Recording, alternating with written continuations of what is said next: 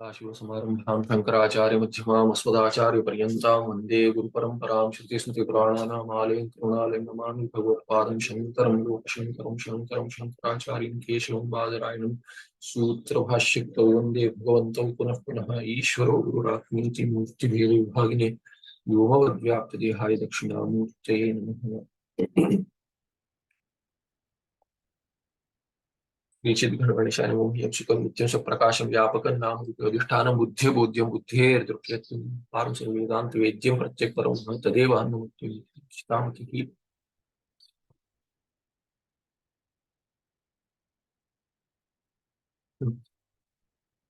तापत्रयञ्च आध्यात्मिकम आदिभौतिकम आदिदैविकं चेति। तो पूर्व पक्षी ने क्या कहा कि आक्षेप उठाया कि ये दुख निवृत्ति जो आपका एक प्रयोजन है शास्त्र का, वो संभव नहीं है। क्योंकि दुख निवृत्ति क्या है?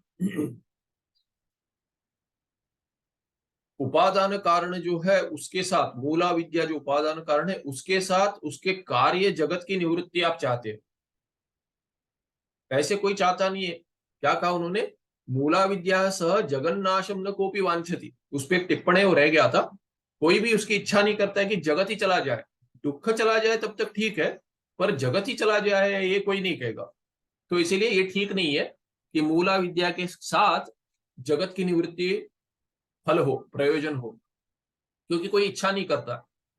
जैसे उदाहरण देते हैं, पूर्व पक्षी उदाहरण देते टिप्पणी में, नहीं भिक्षुका संति इति स्थाल्यः नादिश्रियन्ते।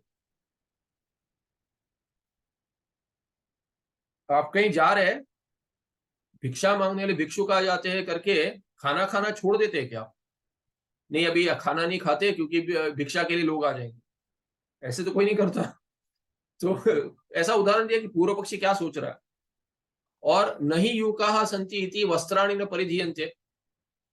कहीं जा रहे हैं, वहां पे क्या कहते हो, कीट होते हैं जो खून चूस लेते हैं, रक्त को चूस लेते हैं। मक्खी समझ ली, मक्खियां काटती करके आप कपड़ा पहनने का क्या उसके ऊपर भी काट लेते? कपड़ा पहनना छोड़ देते हैं क्या? नहीं छोड़ देते। तो आगे कहते हैं नहीं मृगा शलभाश्च संति इति शालया न उपयंते। तो ऐसे उदाहरण देते हैं कि ऐसे ही अभी प्राणी है करके भी, ये ठीक से देखा नहीं मैंने क्या है, पर ऐसे उदाहरण देते हैं शालया कि ये कोई छोटा कारण है, इसके लिए बड़ा जिसका दूसरा प्रयोजन है वो नहीं छोड़ते। वो अर्थ है इसका, इति यथा तथा विवेकी तापत्रय भयात न जगतः नाशम इच्छति। वैसे मुमुक्षु क्या है कि क्योंकि ऐसा होगा कि जगत होगा तो दुख आएगा, इसीलिए बौद्ध कहते हैं सर्वम दुखम सर्वम दुखम। वो कहते हैं सभी दुख है। वैसे जगत की निवृत्ति कोई अपेक्षा नहीं करता, उसकी जगत की निवृत्ति की कोई अपेक्षा नहीं करेगा। क्यों? क्योंकि दुख तो है पर सुख भी है, ऐसा नहीं कि सुख नहीं है।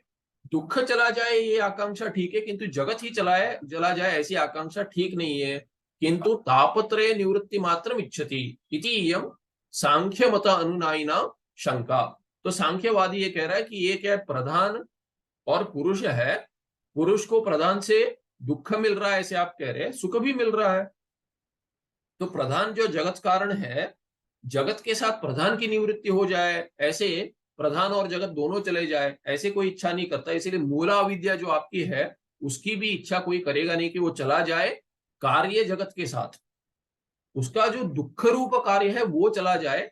वैसे दुख में तीन तापत्रय जो है उनकी निवृत्ति मात्र की इच्छा कर सकता है। इति यम सांख्य मत अनुनायिना, सांख्य जो सांख्या है उनकी शंका है। मूल में कहते हैं अभी ये तीन क्या है, आध्यात्मिक है, आदि भौतिक और आदिदैविक दुख है। तो उसका लक्षण देते, तत्र शरीरे ज्वरादि रोग क्षुत्पिपास आदि जन्यम दुखम आध्यात्मिकम।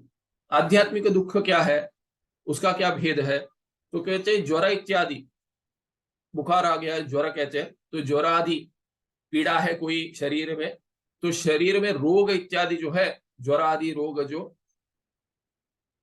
सर दर्द है, पीठ दर्द है, ये है वो है, कोई रोग है। और क्या है कि हर व्यक्ति को अगर रोग रहित भी है तो भी क्या है, स्वास्थ्य है, फिर भी क्षुत पिपास आदि है, भूख लगती है, प्यास लगती है, ये भी रोग ही है। और इसलिए ज्वरादि रोग क्षुत पिपास आदि जन्यम, आयुर्वेद में तो वो भी रोग ही कहेंगे, वेदांत में भी कहेंगे ये क्षुत पिपासा ही रोग है। वही एक केवल रह जाती है अंत में। बाकी सब रोग से ये शरीर लेना ही एक रोग है। वो अंततोगत्वा आयुर्वेद में भी जन्म मरण ये ही एक सबसे बड़ा रोग है। उसके बाद क्या है कि क्षुत पिपासा आदि, भूख लगती है, प्यास लगती है, वो रोग है। उसके बाद क्या होगा, शरीर संबंध से वो हो गया। उसके बाद क्या है कि राग द्वेष आएगा। उससे बाद राग द्वेष में, राग द्वेष की द्वेष की शांति के लिए, राग की शांति के लिए भी क्या करेंगे, कर्म करेंगे। कर्म से कर्म फल आएगा और कर्म फल से ज्वर इत्यादि भी आएंगे, सुख दुख आएंगे। और इसीलिए क्या है कि ये चलता ही रहेगा, ये परंपरा चलती रहती है। सभी रोग ही है, वैसे जन्म लेना ही एक रोग है, उसके बाद मरण भी एक रोग प्राप्त होगा, उसके बीच में भूख प्यास ये भी रोग होंगे, और भिन्न भिन्न रोग भी आएंगे। बुढ़ापा इत्यादि विकार भी जो है ये रोग ही है। दुख दुखम आध्यात्मिकम, ये आध्यात्मिक दुख है। उस पे टिप्पण कहते हैं, टिप्पण में कहते हैं आत्मानम अधिकृत्य वर्तमानम स्थूल सूक्ष्म शरीरम आध्यात्मम।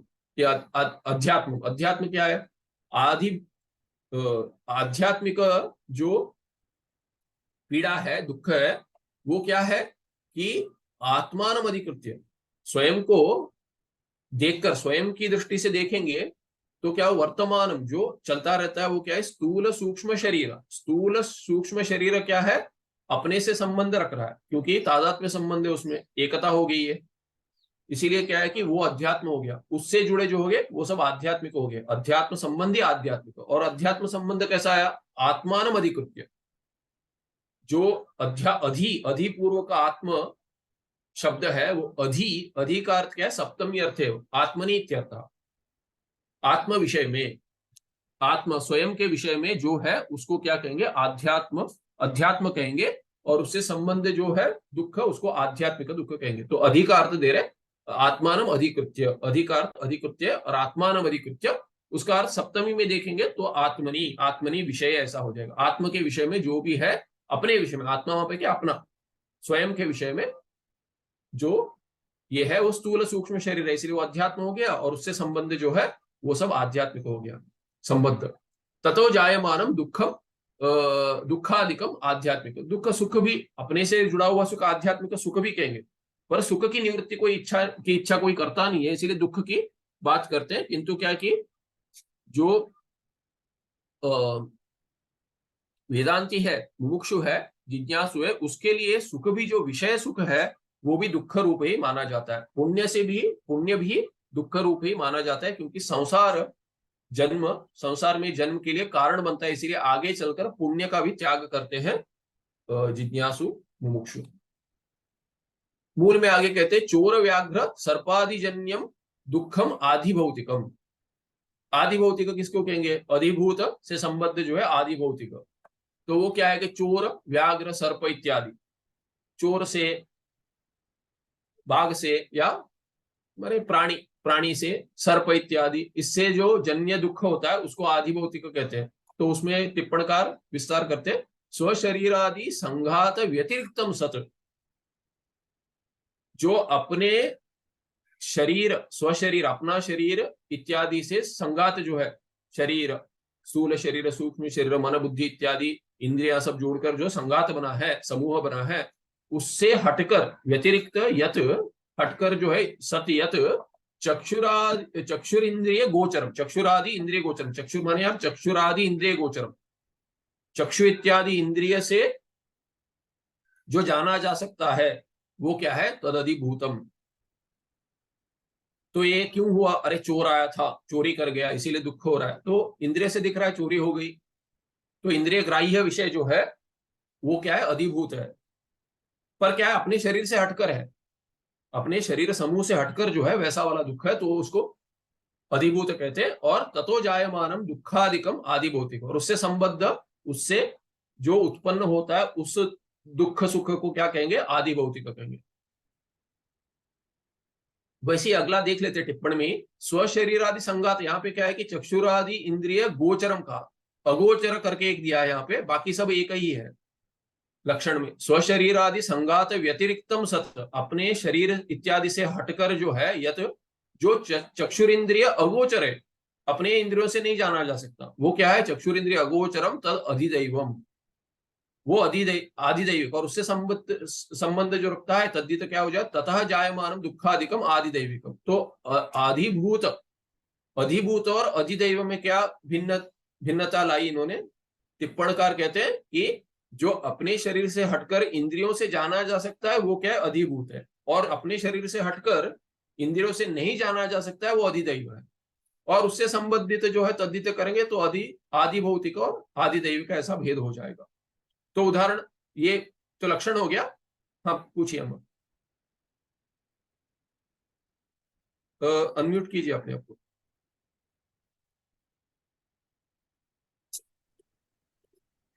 इसका कोई एग्जांपल आप दे हाँ सकते ये हैं ऊपर जो बताएंगे, ये ऊपर बताएंगे ना, मूल में बताएंगे, मूल में बताएंगे। मूल में आपने देखा ना, चोर व्याघ्रादि सर्प, ये तो समझ में आ गया, आदि भौतिक हाँ है। तो आदि दैवी का बताएंगे अभी मूल में। तो यहाँ पे क्या है कि मैं फिर आकर भेद नहीं करना चाह रहा था, क्योंकि क्या है कि लक्षण बहुत आसपास लग रहा है, पर चक्षुर इंद्रिय, चक्षुरादि इंद्रिय गोचरम और चक्षुर इंद्रिय आदि अगोचरम, यही भेद है केवल। तो अभी उसमें अभी मूल में देखेंगे कि क्या भेद है।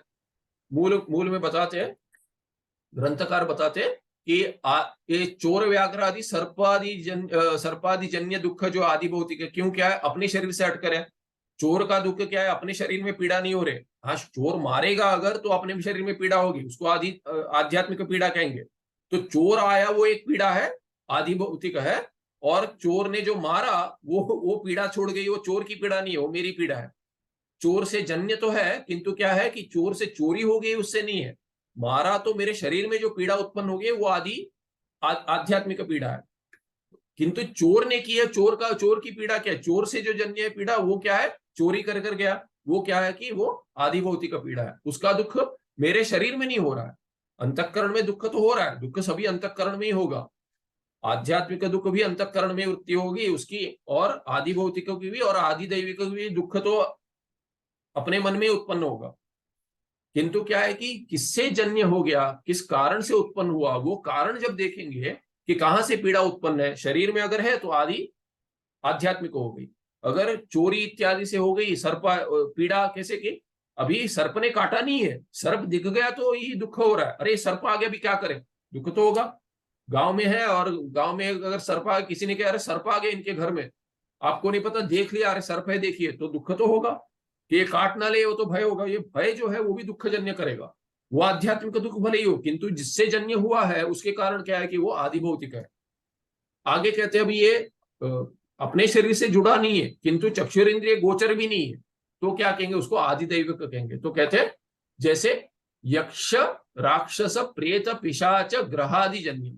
चोर तो दिखता है किंतु बहुत सारे हैं, वो क्या कहते हैं, ये घर ठीक नहीं है। क्यों ठीक नहीं है, कहेंगे वास्तु ठीक नहीं है, या तो क्या है कि अरे इसकी वास्तु पूजा ठीक नहीं हुई, तो अन्य कि इंग्लिश में कहेंगे some other energies are working.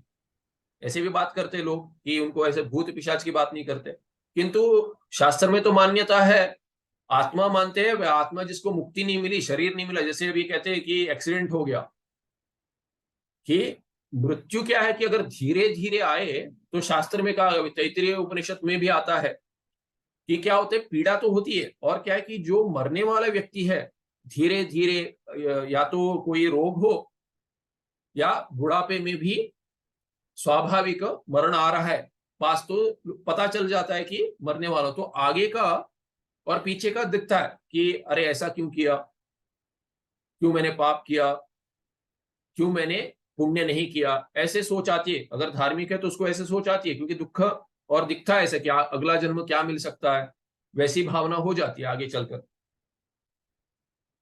पर क्या है कि इंद्रिय काम नहीं करते, दूसरे को बता नहीं सकता। ऐसी स्थिति में अगले जन्म का दृश्य दिखाई देने लगता है, ऐसे कहते हैं शास्त्र। इसलिए क्या है कि अरे ये तो भयानक है, तो मैंने क्यों पुण्य नहीं किया, मैंने क्यों पाप किया, ऐसे सोचता है। ऐसे उपनिषद में बताते हैं कि हम पापम कर्वम, कि हम साधु न करो, क्यों क्यों नहीं किया मैंने, साधु कर्म क्यों नहीं किया, पुण्य क्यों नहीं किया, और पाप क्यों किया, ऐसे विचार आता है। तो ये सब क्या है कि अंदर तो ऐसे भय लगता है, क्योंकि क्या किसी को कुछ दृश्य भी दिख सकता है, यमदूत आ रहे हैं, किसी को लगता है यमदूत आ रहे हैं, मरण पास आ गया, तो क्या है कि ये सब क्या है कि इंद्रिय से गोचर नहीं है, किंतु ऐसी भावना हो जाती है, अरे यमदूत आ रहे, बाकियों को दिखते, अगर इंद्रिय गोचर है तो बाकियों को भी दिखना चाहिए, नहीं दिखते। और ये जो बाकी पीड़ा है, कोई आकर कहता है कि ये देखते हैं, जैसे कुंडली में दिखता है कि इस पे ऐसे कुछ छाया है, कि ग्रह ग्रह दोष से हो सकता है, कुछ और हो सकता है, कुछ ऐसा कि ऐसा ऐसी बहुत ही घटिया जैसे कोई कर्म किया हो, अच्छा नहीं है, पाप कर्म ऐसा दिखता है कि उसकी वजह से ऐसा जन्म मिला है, कैसे चला जाएगा। तो उसके लिए सब परिहार कहते हैं कि किसी पर किसी की छाया होगी, ये कहते हैं। तो इसीलिए क्या है कि भूत प्रेत इत्यादि की चर्चा चलती है, तंत्र शास्त्र में अधिक है, किंतु शास्त्र में है, उसके निवारण भी शास्त्र में है। तो यक्ष राक्षस ये सब क्या है, प्रेत, कि जिसको शरीर नहीं मिला। तो शरीर नहीं मिला ऐसा नहीं, जैसे हरेक के मरण के बाद प्रेत शरीर हो जाता है, तो जो संस्कार करते हैं, शरीर को जलाते हैं, तो शरीर को जलाते तभी कर्म भी जो करते प्रेत के रूप में ही करते, कि ऐसे प्रेत को कि अगली गति मिल जाए। इसीलिए सब अंत्येष्टि कर्म के बाद सब कर्म होते हैं, 12 दिन तक करते हैं, वो सब क्या है कि प्रेत के लिए कर्म, और प्रेत रूप से क्या है कि उससे ऐसा हो जाए कि पितृलोक मिल जाए, इसीलिए कर्म करते हैं। माने ऐसा शरीर मिल जाए जिसमें, प्रेत शरीर में जो कर्म इत्यादि या तो फल भोग नहीं कर सकते, वो शरीर होता है, क्योंकि दूसरा शरीर प्राप्त नहीं होता है। और वो अगर अचानक आ जाए मरण, तो अधिक समय तक प्रेत अवस्था हो सकती है, इसीलिए इसीलिए अधिक कर्म लगते हैं उनकी पीड़ा निवारण के लिए। तो ऐसे जो है वो सब क्या है कि प्रेत पिशाच जो है वही भिन्न रूप है। प्रेत शरीर को अगर ये नहीं मिला, शरीर नहीं मिला, तो हो सकता है पिशाच बन जाए। तो ऐसे क्या है कि भूत पिशाच राक्षस है, राक्षस तो जन्म है, किसी का किसी रूप में जन्म हो गया, किंतु वो इंद्रिय गोचर नहीं है। राक्षसीय प्रवृत्ति हो सकती है, तो इंद्रिय गोचर नहीं है। सब क्या, यक्ष राक्षस प्रेत पिशाच ग्रहादि, ग्रह का भी दोष जो है, ग्रह तो दिखते नहीं है कि ऐसे काम कर रहे हैं, पर ग्रह का दोष तो कुंडली में दिख रहा है। तो कहेंगे आपको आपको पीछे तो शनि लग गया, अरे कहां पे रहे शनि, पूछेगा कोई, शनि तो नहीं दिख रहा है। शनि कहाँ दिख रहा है? शनि माने आप कहेंगे अरे ये अच्छा खासा टेलीस्कोप से दिखा देंगे आपको कि देखिए ये शनि है, उस शनि की बात नहीं कर रहे, वो शनि देवता जो उस ग्रह के अभिमानी है उसकी बात कर रहे हैं। आप सूर्य मंडल को देख सकते, सूर्य देवता को नहीं देख सकते। तो इसीलिए क्या है, ग्रहादि जन्य जो है वो शीत वात ताप, शीत वात आतपादि जन्यम। तो ठंडी लग रही है, भूकंप आ गया, ये हो गया, वो हो गया, बाढ़ आ गई, ये सब क्या है, उससे जो जन्य दुख है वो क्या है, वो ना तो इंद्रिय गोचर है कि ऐसा हो गया कि ऐसे किसी ने कर दिया, अरे किसने कर दिया, भूकंप किसने कर दिया, किसी ने नहीं किया, अपने आप हुआ है। कैसे हुआ है? किसी दोष से, ग्रह दोष हो सकता है, कुछ और हो सकता है। कोई कहेगा अरे यहाँ पे आते रहता है बाढ़, यहाँ शांति कराओ, ये हो, यहाँ पे पिशाच का ये है वास है तो कराओ। कहेंगे कि ये बार बार होते रहता है, देख लीजिए, कुछ समझ आता है, किसी पंडित तांत्रिक को पूछिए तो उसके लिए कुछ। तो वो सब क्या है कि वो शरीर से हटकर तो है, पीड़ा शरीर में नहीं हो रही है। शरीर में भिन्न पीड़ा हो सकती है, उससे जन्य हो सकती है, किंतु क्या है कि वो पीड़ा जो भूकंप हो रहा है दिख रहा है, बाकी सब बाकियों को दुख हो रहा है, कहीं हो गया, कहते हैं इंडोनेशिया में हो गया, हमें भी दुख होता है। तो वो क्या है कि वो आध्यात्मिक दुख तो नहीं है, पीड़ा यहाँ पे शरीर से नहीं उत्पन्न हुई है, ना ही किसी चोर ने किया है, ना किसी व्याघ्र ने किया, किसने किया हमको नहीं पता, हम क्या कहेंगे।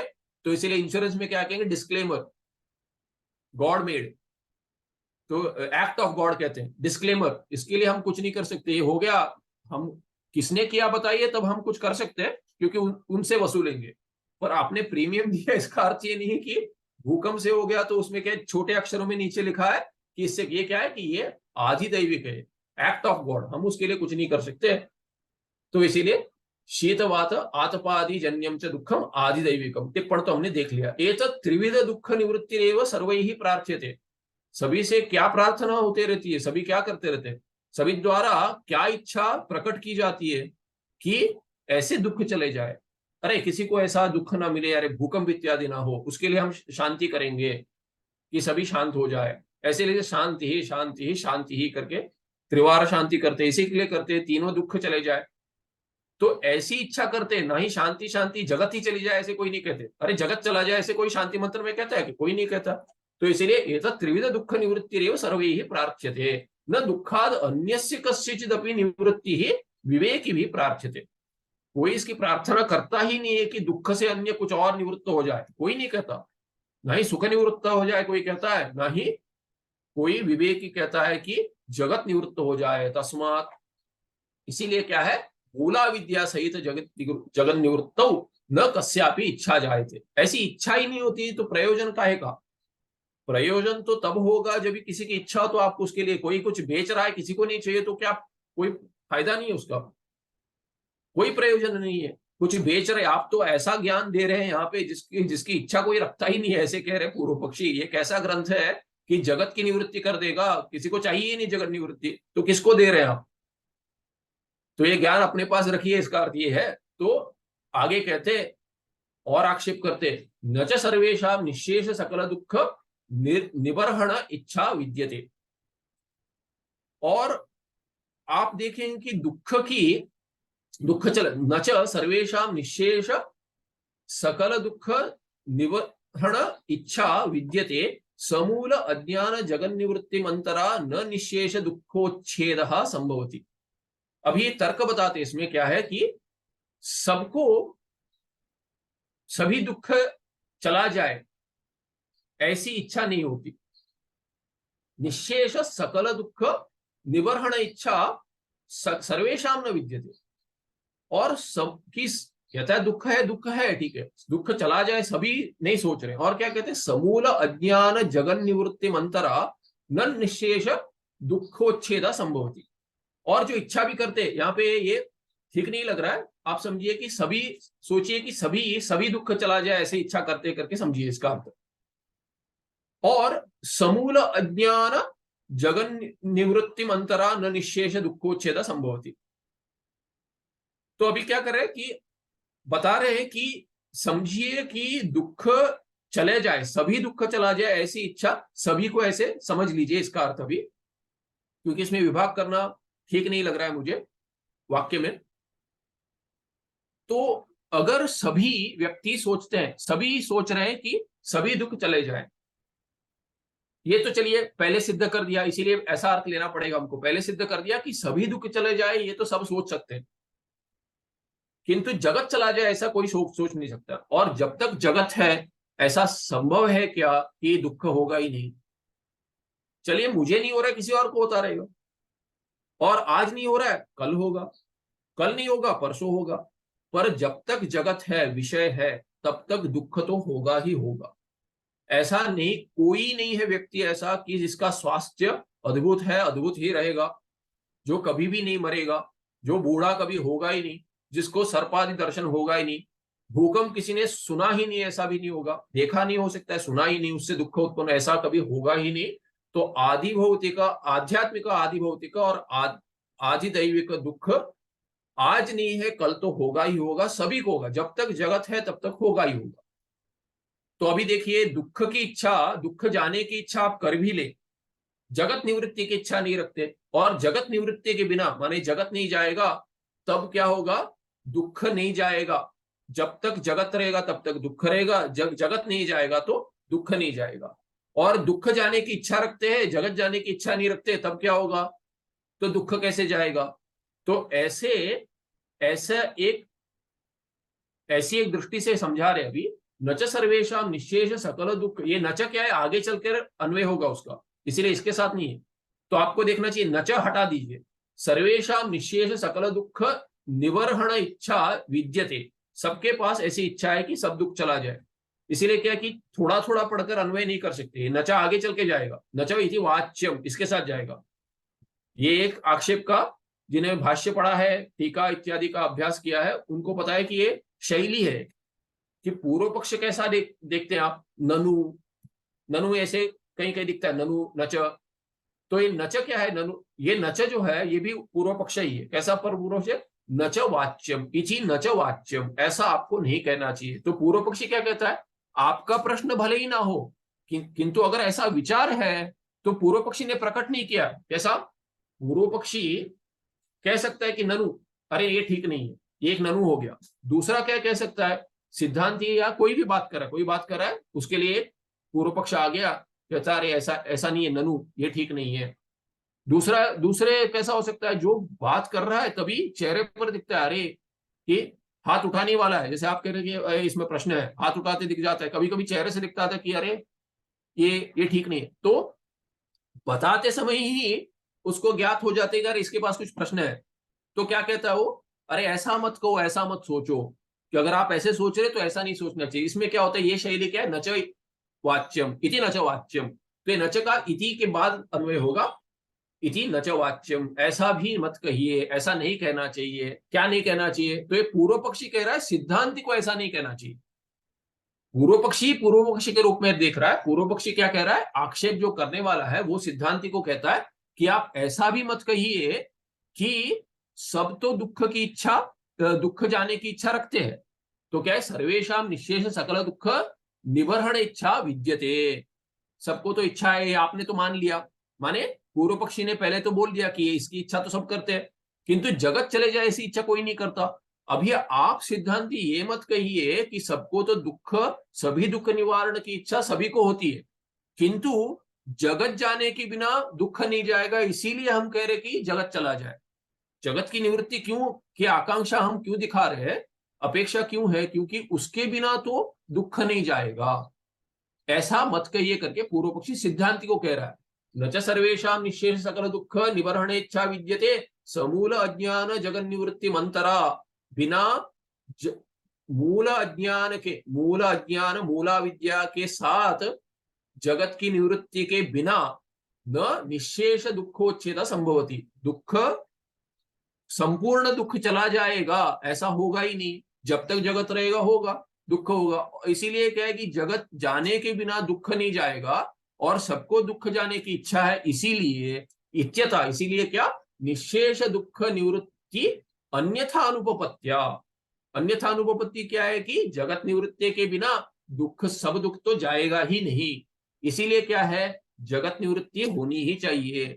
अन्यथा अनुपपत्ति क्या है, जैसे जो दिन में भोजन नहीं कर रहा है, जो मोटा देवदत्त है, वो रात को अवश्य खाता होगा, क्योंकि रात को खाने बिना तो नहीं होगा, मोटा नहीं रहेगा, दिन में नहीं खाता है और बिना रात को खाए मोटा नहीं रह सकता।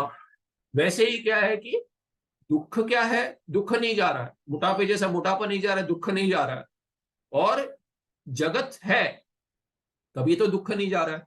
जगत जाना ही चाहिए, क्योंकि जगत होते हुए दुख होगा, जगत नहीं जाएगा तो दुख नहीं जाएगा, इसीलिए क्या है कि अन्यथा अनुपपत्ति, निशेष दुख दुख निवृत्ति अन्यथा अनुपपत्तिया, दुख संपूर्ण दुख तो तब तक नहीं जाएगा जब तक जगत है, इसीलिए क्या है, समूल अज्ञान जगत निवृत्ति ही अर्थात आक्षिप्यते, होना ही चाहिए, जगत की निवृत्ति होनी ही चाहिए, क्यों, क्योंकि उसके बिना संपूर्ण दुख की निवृत्ति नहीं हो सकती। इसीलिए क्या है, संपूर्ण दुख निवृत्ति तो सभी चाहते हैं, किंतु जगत निवृत्ति के बिना संभव नहीं है, इसीलिए जगत निवृत्ति अपने मूल अविद्या कारण के साथ होनी चाहिए।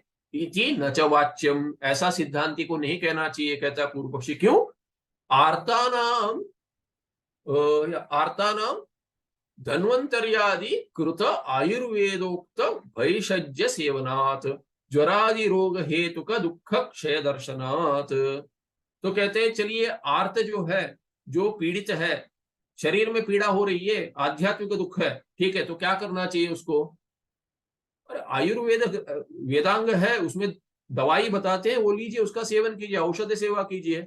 इसके लिए जगत की निवृत्ति क्यों चाहते हैं आप, आपको पीड़ा हो रही है, औषधि ले लीजिए, ठीक हो जाएंगे, आयुर्वेद में बहुत बढ़िया मिलेगा आपको, हमारे डॉक्टर बहुत अच्छे वैद्य है, वो आपको दवाई दे देंगे, ठीक हो जाएगा, औषध ले लीजिए।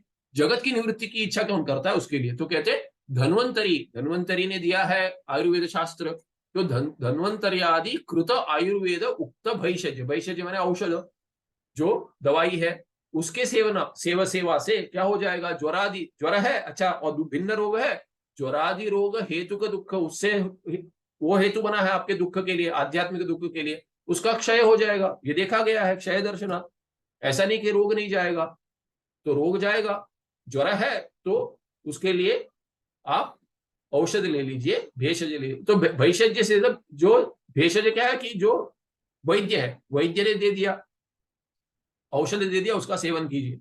अच्छा भूख लग रही है, उसके लिए तो कोई कुछ नहीं, कोई काम, औषध काम नहीं करेगा, तो भूख के लिए खाना खा लीजिए, भोजन ये ना शुद्धजन्य दुख निवृत्ति है, भूख प्यास लगती है इसलिए जगत चला जाए, ये कौन सोचता है? भूख लग रही है, खाना खा लो, प्यास लग रही है, पी लो, पानी पी लो, सर्व अनुभव सिद्धत्वाच्य, तो सबको पता है, इसके लिए कौन जगत निवृत्ति की इच्छा करता है? ऐसे पूर्व पक्षी कह रहा है।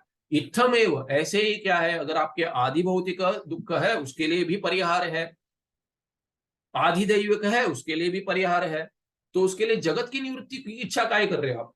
तो कहते इत्थमेव तत्तत् प्रतिकारेण, तत्तत् प्रतीकारेण तत्तत् दुख निवृत्ति संभवे समूल अज्ञान जगन निवृत्ति मंतरेण अपि दुख निवृत्ति है संभावितत्वात्। इसीलिए क्या है कि जो आपका जो कार्य है, क्या कार्य है? सकल दुख निवृत्ति। तो कैसा दुख है उसके लिए आप वैसा परिहार ले लीजिए। परिहार तो है, शास्त्र ही देता है परिहार। तो ऐसा अगर दुख है तो वैसा परिहार है, वैसा दुख है तो और भिन्न परिहार है। तो एक एक जिस जिसको जो जो दुख है वैसा वैसा तत्त परिहार कीजिए। संपूर्ण जगत क्यों हटा रहे हैं? तो इसीलिए क्या है, ऐसा संभव है कि भिन्न भिन्न प्रकार से भिन्न भिन्न दुख की निवृत्ति हो सकती है। इसीलिए क्या है, समूल अज्ञान जगन निवृत्ति अंतरेणापि दुख निवृत्ति, कि जगत की निवृत्ति के बिना भी, सकल जगत निवृत्ति अपने कारण के साथ निवृत्ति के बिना भी एक एक दुख का एक एक परिहार है। वैसा वैसा परिहार कर कर वैसा वैसा दुख हटा सकते हैं। इसीलिए क्या है कि जगत निवृत्ति के बिना भी संभव है। इसीलिए ना अपेक्षते, जगत निवृत्ति समूल अज्ञान के साथ जगत की निवृत्ति कोई भी अपेक्षा नहीं करता उसकी। दुख निवृत्ति अर्थम समूल अज्ञान जगत निवृत्ति न अपेक्षते, न अपेक्षते, क्या किम न अपेक्षते, का न अपेक्षते, समूल अज्ञान जगत निवृत्ति, जगत की निवृत्ति अपने मूल कारण अज्ञान, मूला अज्ञान के साथ जो कारण है उसका उपादान कारण है उसके साथ जगत की निवृत्ति, दुख निवृत्ति के लिए कोई अपेक्षा नहीं करता। दुख निवृत्ति अर्थम माने दुख निवृत्ति अर्थम दुख दुख दुखस्य या तो सकल दुखानां निवृत्ति ही अर्थः प्रयोजनम यस्य, जिसके लिए किसकी इच्छा है, किस इच्छा के लिए है वो, या तो ये चतुर्थी में देख सकते हैं। अर्थ जो अर्थांत, अर्थ शब्दांत प्रयोजन, अर्थ का अर्थ क्या है, अर्थ शब्द का अर्थ क्या है, प्रयोजन है यहाँ पे। तो ये दुख निवृत्ति चतुर्थी में देखेंगे हम, दुख निवृत्ति तादर्थ्य चतुर्थी, इसी को तादर्थ्य चतुर्थी के रूप में अर्थ देखते हैं, या तो बहुरी समास में अर्थ देखते हैं इसका, कि दुख निवृत्ति अर्थ प्रयोजन जिसका है, किसका ये प्रयोजन है, दुख निवृत्ति किसका, कि दुख निवृत्ति प्रयोजन है, किसका प्रयोजन है, समूल अज्ञान जगत निवृत्ति का, माने कार्य उसका है। समूल अज्ञान जगत निवृत्ति किस कारण कर रहे हैं, दुख निवृत्ति के लिए कर रहे हैं, और ऐसी अपेक्षा कोई नहीं रखता, न अपेक्षते।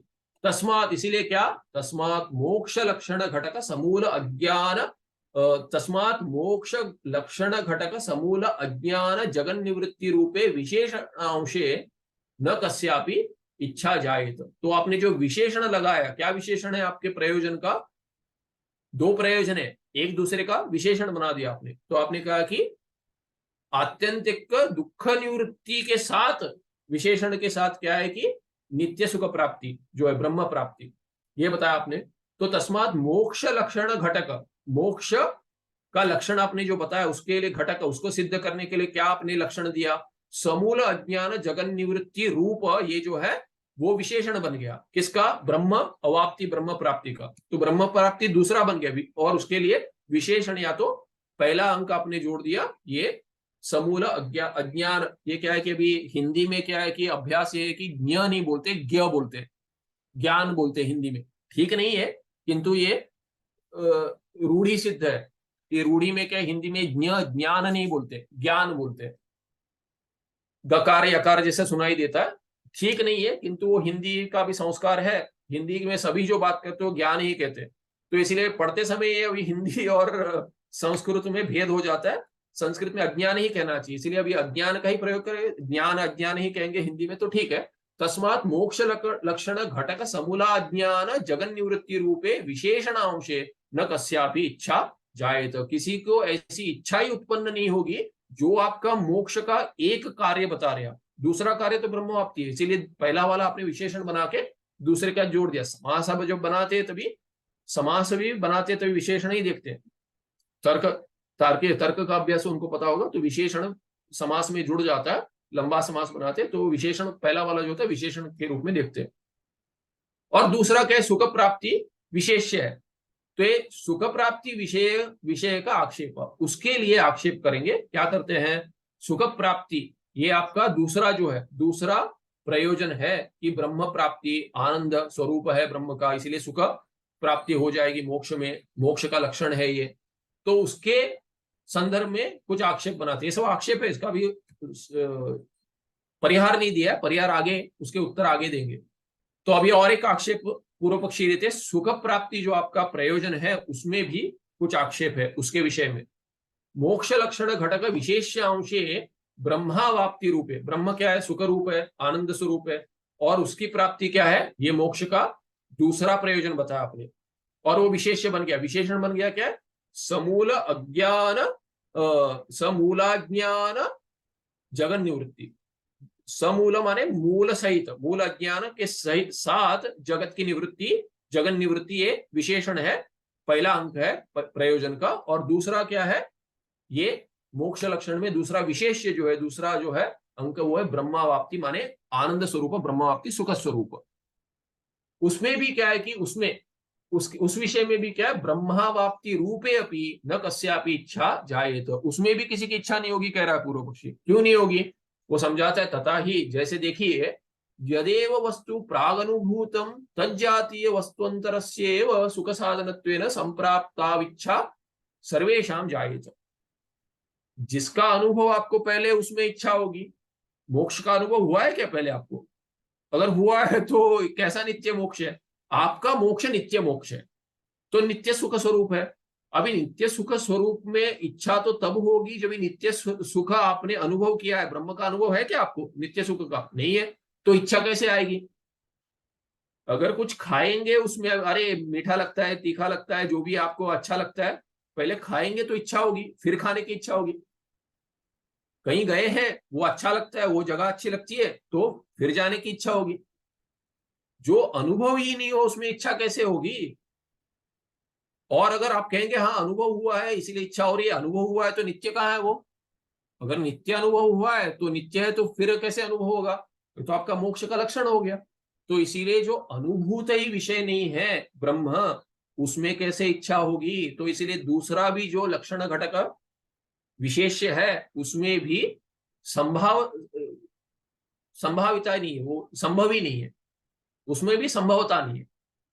तो कहते हैं यदेव वस्तु प्राग अनुभूतम तज्जातीय, उससे जुड़ा उसी जाति का आपको अनुभव होना चाहिए होगा। क्योंकि क्या है कि जैसे हलवा खा लिया, हलवा समझिए कुछ सूजी का हलवा है, चलिए साधारण उदाहरण लेते हैं, सूजी का हलवा खाया नहीं, किसी ने खा लिया, अरे अच्छा लगा, तो उसी जातीय सूजी हलवा में इच्छा होगी, क्योंकि वो तो आपने खा लिया, फिर उसी में इच्छा नहीं हो सकती। इसीलिए तज्जातीय कहा। तज्जातीय क्यों कहा? क्योंकि सूजी का हलवा जो आपने खा लिया उसमें इच्छा होगी तो भी कुछ नहीं करते, हो तो खा लिया, वो तो पुनः उत्पन्न नहीं होगा। इसलिए उस जातीय वैसा वाला ही दूसरा बना के दे दीजिए, कि वैसा ही एक सूजी हलवा, वैसा ही वही सूजी हलवा दे दीजिए, नहीं कहता कोई, क्योंकि वो तो खा लिया। हाँ प्रयोग में कह रहे थे अरे सूजी हलवा वही जो खाया था वही ले आओ दोबारा, तो वो क्या है कि वही जो खाया था वो तो नहीं ला सकता, क्योंकि वो व्यक्ति जो है वो तो खा लिया, वो तो नहीं खा सकते। इसलिए तज्जातीय वैसा वाला ही एक और एक सूजी हलवा ले आओ भाई, दूसरा उसमें कुछ नहीं डालना, वैसे ही बना के दे दो कहेंगे। तो जैसे माँ आपने जो बनाया था कल वैसा वाला ही बना के माता को कहेंगे, बच्चा कहेगा। तो वैसे कहेंगे तज्जातीय अंतरस्येव, दूसरा वस्तु तो है क्योंकि उस जाति का है, ब्रह्म तो एक ही है। तो सुख साधनत्वेन संप्राप्त इच्छा सर्वेषां जायेत, सबको इच्छा उसी में होगी, विषय में जो अनुभूत है उस जातीय विषय में होगी, वस्तु में होगी। न अननुभूत संप्राप्त, ऐसी प्राप्ति हो जाए कि मेरा अनुभव ही नहीं हो वैसा मिल जाए, वैसा कोई सोचता ही नहीं है, इच्छा कैसे होगी? वैसा कुछ है कि नहीं वो भी पता नहीं चलेगा, उसमें इच्छा तो बहुत दूर। यथा उदाहरण देते, यथा देशांतरेषु विद्यमानेषु विद्यमानेषु अति अद्भुते अत्यद्भुतेषु अपि अनिर्ज्ञातेषु पदार्थेषु तत्प्राप्ति इच्छा न कस्यापि जायते एव। वही कुछ किसी ने नहीं देखा, कुछ अद्भुत है, कोई कहता अरे ऐसा अद्भुत है, किसी ने नहीं देखा, उसमें कैसे इच्छा होगी भाई? तो कहते देशांतरिषु, किसी देश में ऐसा कुछ है कहते हैं, उसमें इच्छा होगी क्या? कहां पर है, किसी ने नहीं देखा, कैसे इच्छा होगी? हमको नहीं पता, कुछ ऐसा कहते कहीं तो है, कहीं कुछ देश में कुछ ऐसा है कहते हैं, किसको इच्छा होती है अरे मुझे देखना है? कोई नहीं कहता, क्योंकि किसी को नहीं पता, किसी ने नहीं देखा। विद्यमान है, कोई कहता है देशांतरिषु, कहीं तो अन्य देश में ऐसा है, अत्यद्भुत है। अत्यद्भुतेषु विद्यमानेषु देशांतरेषु क्या है? पदार्थेषु, पर क्या है? अभी अनिर्ज्ञातेषु, पता ही नहीं क्या है। अगर कहीं है, पता भी नहीं है, तो कैसे इच्छा होगी? किसी ने नहीं देखा, कौन बताएगा आपको कि ऐसा कुछ है, देख लीजिए, इच्छा ही नहीं होगी। तत्प्राप्ति इच्छा न कस्यापि जायते एव, किसी को भी ऐसी इच्छा होती नहीं है, किसी ने न देखा है न सुना है, ऐसे कोई भिन्न देश में होगा भी तो इच्छा नहीं होगी। तद्वदेव अत्रापि मुमुक्षोः अधिकारिणः प्रांग ब्रह्म विषयक ज्ञानमस्ति, कि मुमुक्षु को पहले तो ब्रह्म ज्ञान नहीं है, तो ब्रह्म का ज्ञान अगर होगा, कोई बताएगा अरे ब्रह्म करके है, तब जाकर ब्रह्म की प्राप्ति की इच्छा हो सकती है। तो मुमुक्षु अधिकार, जो मुमुक्षु अधिकारी है, तद्वदेव वैसे ही अत्रापि प्राक, प्राक माने क्या? पहले, ब्रह्म विषय का ज्ञानम ब्रह्म ज्ञानात प्राक नास्ति, ब्रह्म ज्ञान के पहले ब्रह्म का ज्ञान होगा कि ब्रह्म में साधारण ज्ञान तो हो, पहले साधारण ज्ञान होगा तो विशेष ज्ञान हो सकता है। तो ब्रह्म का ज्ञान है ही नहीं, जिसको मुमुक्षु को, जो अधिकारी है, उसमें ब्रह्म पाने की इच्छा कैसे होगी? जो पता ही नहीं है। ये तो इस उदाहरण के साथ जोड़ दिया, जैसे भिन्न देश में हो भी किंतु पता ही नहीं है, तो कैसे इच्छा होगी? नहीं होगी। वैसे ही क्या है कि इसको भी, मुमुक्षु को पता ही नहीं ब्रह्म क्या है, तो ब्रह्म प्राप्ति की इच्छा कैसे होगी? और आप तो उसका शास्त्र का प्रयोजन बता रहे, और इच्छा नहीं होगी तो प्रयोजन काहे का? किसी को इच्छा ही नहीं है तो क्या बेच रहे हैं आप, क्या दे रहे हैं? और अगर यस्य तो ब्रह्म ज्ञानमस्ति, और अगर ब्रह्म ज्ञान है कहेंगे, न स अधिकारी, वो अधिकारी नहीं है। क्यों? ब्रह्म ज्ञान हो गया, ब्रह्म वेद ब्रह्मैव भवति, आप ही का शास्त्र है भाई, हमारा नहीं है, कहता है पूर्व पक्षी, ब्रह्म वेद ब्रह्मैव भवति। तो ब्रह्म बन गया जो, उसको ब्रह्म की इच्छा कैसे होगी? तस्य मुक्तत्वात्, वो तो मुक्त हो गया। तो मुक्त को, जो ब्रह्म का ज्ञान है वो मुक्त हो गया, उसको ब्रह्म में इच्छा नहीं होगी। और जिसको ब्रह्म पता नहीं है, वो ब्रह्म अज्ञानी है, उसको कैसे होगी? जिसको पता नहीं उसको इच्छा हो नहीं सकती, और जिसको पता है उसको तो मिल गया, क्योंकि जानना माने मिलना, होना कुछ नहीं है, तो प्राप्ति की इच्छा कैसे होगी? इसीलिए क्या कि ये उभय पाश रज्जु है। उभय पाश रज्जु कहते हैं कि दोनों, एक रस्सी दे दी, इस ओर पे देखे तो फांसी का फंदा है, दूसरी ओर देखी तो फांसी का फंदा है, ये तर्क में उभय पाश रज्जु कहते हैं। तो आप कहते हैं कि ये रस्सी ले लीजिए और बताइए ये वाला अंत ठीक है या वो वाला अंत ठीक है आपके लिए? दोनों ओर फांसी का फंदा है, तो सिद्धांत क्या कहेगा? ये दे दो तो भी फांसी लगनी है, वो दे दो तो भी फांसी लगनी है। इसीलिए क्या है कि उभय पाश रज्जु है, आपने कोई भी चुना तो आप तर्क में फंस गए। तो कहते आप मुझे बताइए, आपका अधिकारी ब्रह्म को जानता है कि नहीं जानता? अगर नहीं जानता है तो इच्छा नहीं होगी, तो आपका प्रयोजन व्यर्थ है, तो शास्त्र व्यर्थ है, इसका आरंभ ही व्यर्थ है, क्यों ग्रंथ बना रहे? और अगर पता है, ब्रह्म ज्ञान है, तो ब्रह्म वेद ब्रह्म भी बहुत ही मुक्त हो गया, उसको तो क्यों, उसके लिए भी प्रयोजन नहीं है शास्त्र का। तो ये शास्त्र का प्रयोजन ही नहीं है। क्यों? क्योंकि अज्ञानी के लिए इच्छा नहीं होगी मोक्ष की, ब्रह्म की, और ज्ञानी को, ज्ञानी मुक्त ही है, इसीलिए मुक्त को तो इच्छा नहीं होगी। मुक्त से जब मुक्ष, या अगले पाठ में देखते हैं। हाँ, तो अगले पाठ में देखते हैं, क्योंकि बचा है तो ये चलता रहेगा, क्योंकि लगता है और थोड़ा कर ले, और थोड़ा कर ले, तो कम से कम इसे 45 मिनट के आसपास रोक देते हैं। सुखम नित्यम स्वप्रकाशम व्यापकं नाम अधिष्ठानं बुद्धे बोध्यम बुद्धेर्दृक्यत्वेन अपारं सर्ववेदांत वेद्यम प्रत्येक परम तदेव हन्नमत्वमिति में निश्चितामति ही। कोई प्रश्न है क्या? ऐसा विस्तार आपने और कोई ग्रंथ में नहीं देखा होगा कि अभी अनुबंध चतुष्टय में ही इतनी चर्चा चल रही है, तो ये कहाँ कहाँ चर्चा है वो सभी लेकर इस विचार सागर में जोड़ दिया इन्होंने, इसीलिए बहुत बहुत ही बारीकी से।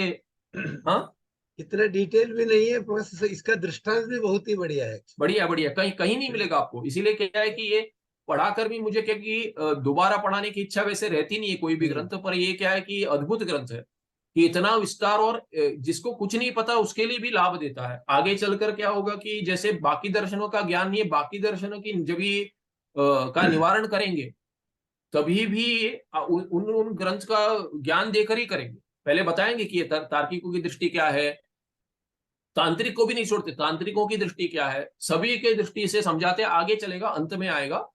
किंतु क्या है कि ये अपना सिद्धांत अगर ठीक भी हो, अगर ठीक समझ में भी आया, तो मनन के लिए क्या है कि दूसरे के सिद्धांत का आक्षेप हो सकता है। वो अगर आप माने नहीं माने पता ही नहीं, पर किसी ने दिखा दिया तो संशय आ जाए। इसीलिए क्या है कि वो उसके लिए भी क्या है कि अनशेकन नॉलेज होना चाहिए, मनन सिद्ध होना चाहिए, कि दूसरे का आक्षेप अपना नहीं बन जाए। जैसे अभी देखिए आक्षेप जो बताया ठीक ही लगता है। जैसे कह रहे अरे जगत की निवृत्ति की इच्छा कौन करता है, पूर्व पक्षी कह रहा है कि दुख की निवृत्ति की इच्छा करता है, ठीक ही लगता है। कहाँ गलती है? मैं भी यही सोचता हूँ, जगत नहीं चला जाए, मेरा दुख चला जाए, मैं सुखी हूं, क्यों चाहिए जगत की निवृत्ति? कोई भी कहेगा।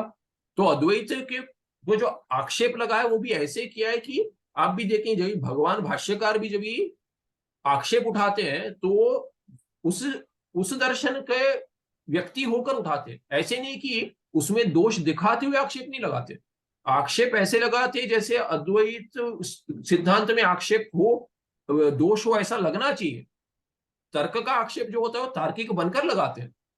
इसीलिए क्या है कि तार्किकों की दृष्टि से ही लगानी चाहिए। इसीलिए क्या ये भी आक्षेप क्या है कि सांख्य का जो आक्षेप है, अरे प्रधान हमारा कारण है और ये हमेशा रहता है, इसकी निवृत्ति आप इच्छा क्यों करते हैं? वो मोक्ष नहीं है हमारे लिए। इसीलिए क्या है कि ठीक है ये आक्षेप, दुख की निवृत्ति हो जाए, जगत रह जाए, ये है ना? तापत्रय निवृत्ति वाला जो आक्षेप दिया है वो हमेशा आता ही रहता है आता ही रहता है सबका और मन में। सबके ये मन जो में। तापत्रय हमारा भी ये निवृत्ति हो गई दूसरे कोई तरीके से, तो इसके लिए क्यों जाना है? क्यों जाना है, जगत निवृत्ति क्यों हो? तो इसीलिए क्या, और ये भी कह दिया कि ऐसा आप ऐसा मत कहिए कि जगत रहते हुए दुख होता रहेगा। क्यों? क्योंकि जगत रहते हुए बाकी इसके पीड़ा का परिहार दिया हुआ है, उस परिहार से तो हो जाएगा, निवृत्त हो जाएगा। ऐसे ही कर्मकांड का भी देखें, कर्मकांड भी करेगा, आगे कहेगा कि स्वर्ग चले जाएंगे हम। इसके बाद अगर आप कहेंगे दुख हो जाए, हम स्वर्ग चले जाएंगे, स्वर्ग में सुख प्राप्ति होगी, यहाँ सुख नहीं मिले वहां मिल जाएगा। तो यहाँ तो थोड़े दिन रहना है, एक जन्म छोटा है, वहां पे तो लंबा समय तक सुख मिलेगा। तो ये इतना दुख तो हम भोग कर लेंगे, पर स्वर्ग में लंबा सुख मिल जाएगा। इसलिए थोड़ी पीड़ा ठीक है, हमें तो ऐसे लंबे सुख की इच्छा है, ऐसा ऐसे भी आक्षेप करेंगे। जब भी कर्मकांडी आएगा पूर्व मीमांसा को, वो भी कहेगा, उसका भी निवारण करेंगे। तो ये देखेंगे कि तो पहले क्या है, इसमें क्या है कि सभी आक्षेप लगाते हैं, एक एक का निवारण नहीं करते, आक्षेप लगाते हैं तो आपके बुद्धि में लग जाए हाँ ठीक लग रहा है, फिर उस आक्षेप को लेकर कहते हैं ये आपने बताया ना ये ठीक नहीं है। क्यों ठीक नहीं, वो आगे समझाएंगे। तो ऐसे ये शैली है इनकी, ग्रंथकार की, बहुत बढ़िया है। आगे लिखते हैं, अगले पाठ में मिलते हैं। कल तो विराम है, शुक्र को मिलते हैं। नमस्ते, श्री गुरु।